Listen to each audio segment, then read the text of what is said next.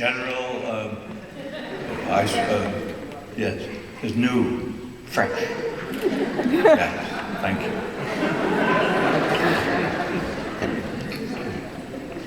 Delicious one.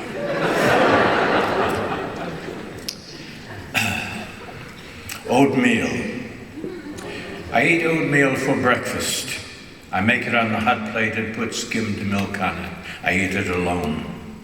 I am aware it is not good to eat oatmeal alone. Its consistency is such that it is better for your mental health if somebody eats it with you. That is why I often think up an imaginary companion to have breakfast with. Possibly it is even worse to eat oatmeal with an imaginary companion. Nevertheless, yesterday morning I ate my oatmeal with John Keats. Keats said I was right to invite him. Due to its glutinous texture, gluey lumpishness, hint of slime, and unusual willingness to disintegrate, oatmeal must never be eaten alone. He said it's perfectly okay, however, to eat it with someone else, an imaginary companion. And he himself had enjoyed memorable porridges with Edmund Spenser and John Milton. He also told me about writing the Ode to a Nightingale. He wrote it quickly, he said, on scraps of paper, which he then stuck in his pocket.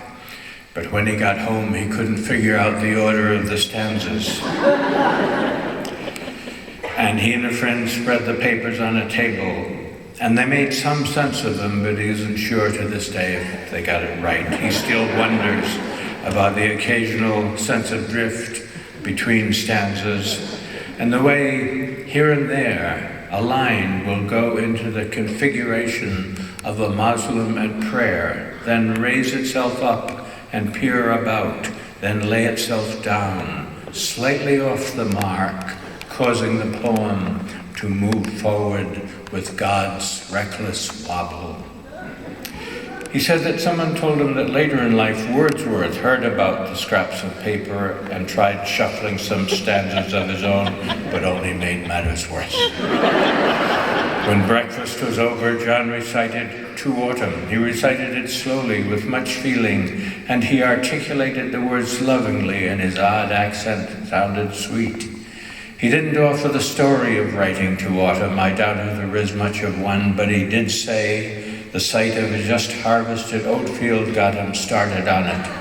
And two of the lines, for summer has o'erbrimmed their clammy cells, and thou watchest the last oozings hours by hours, came to him while eating oatmeal alone. I can see him drawing a spoon through the stuff, gazing into the glimmering furrows, muttering.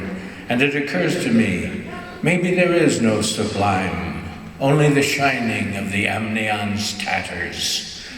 For supper tonight, I'm going to have a baked potato left over from lunch. I'm aware that a leftover baked potato can be damp, slippery, and simultaneously gummy and crumbly, and therefore I'm going to invite Patrick Kavanagh to join me.